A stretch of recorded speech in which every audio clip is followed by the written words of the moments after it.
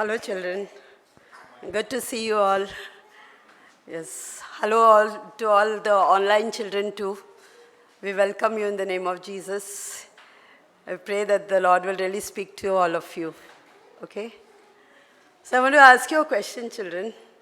What is it that is always around you? Air, very good. Very good. Air is always around you. What do you feel when there is no air? Suffocation. You feel suffocated. And still, if you don't get air, what do you feel after suffocation? You die. Exactly. So, air is very, very important for our body, for our flesh. It's very, very important. We need air because air gives us oxygen, which our whole body needs to function.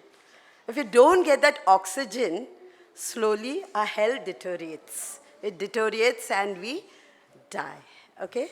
So that is the importance of air. And air is very important. It helps us to live. And it, air is something that gives us life. In our bodies, it gives us life. Okay?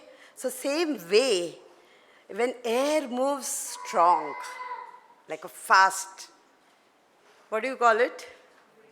Wind. What does wind does? Is it bad? No, it gives power. The windmills run on wind, so it gives power. Okay? And then there is another type of air, that is a gentle breeze. What does a breeze do? It comforts us. You feel nice. Oh, lovely breeze. I just feel like sitting here underneath and enjoying. Okay, it comforts us. Okay, so these are some. So, but can we see air? Can we touch air? Does air have color? No. But there are some effects of air, like a balloon. How do you know? Air. Air is gone in. So it shows there is something. And it has a little sound also. Okay? So it gives a little sound also, some effects of air. We cannot see it. Same way, today I want to speak to you about the Holy Spirit. The Holy Spirit we cannot see. It is one person of the Trinity. The Holy Spirit is one of the person of the Trinity. And so very important. What Jesus said in John 14, that I go to the Father and allows the Father to send you a helper. So the Holy Spirit is a helper who helps us. Okay? And so today I want to show you what the Holy Spirit does in our life. Same way as air is helpful to us to live in our bodies, same way the Holy Spirit is very helpful for us to live a spiritual Christian life. Without the help of the Holy Spirit, we cannot live a Christian life. We can say, I will follow Jesus, I will do this, I will do that. But if we don't have the Holy Spirit, after a few days, we go back. We'll be drawn away from the Lord. So we need the Holy Spirit.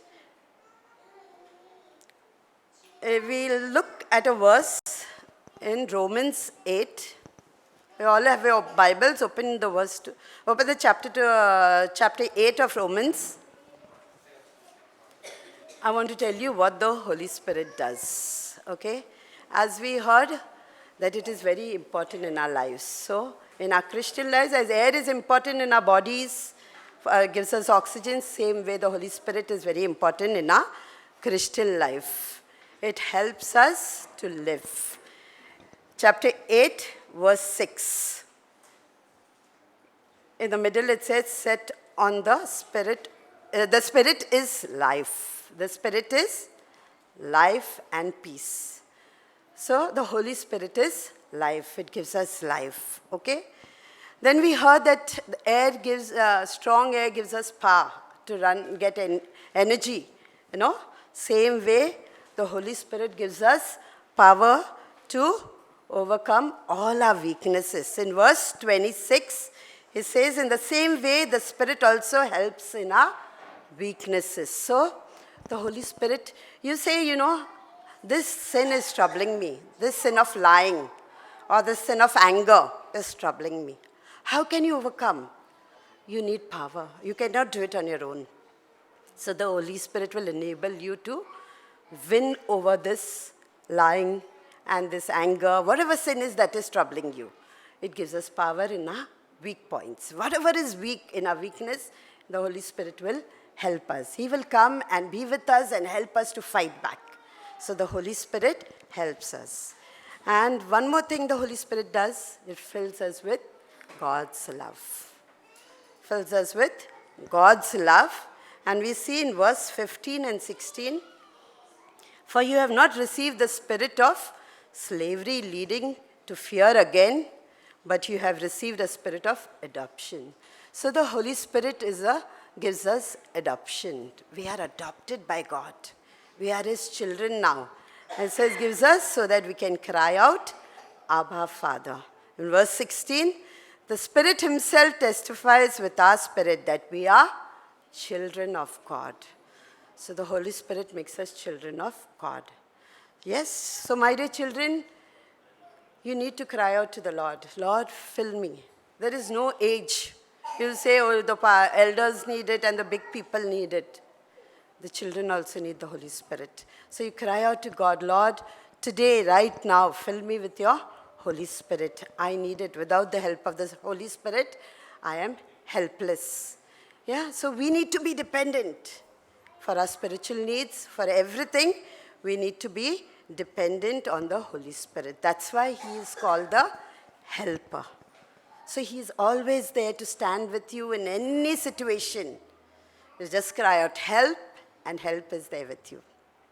Like in Pilgrim Progress, we saw when he was in the miry clay, bogged down by difficulties, couldn't get out. What does he cry out? Pilgrim cries out, help.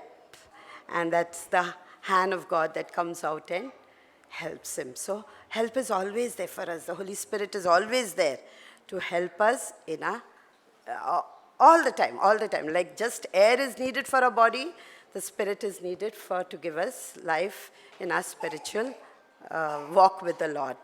So right now I want to pray for all of you children. We'll all pray together that the Lord will fill us with the Holy Spirit. So we close our eyes and we pray.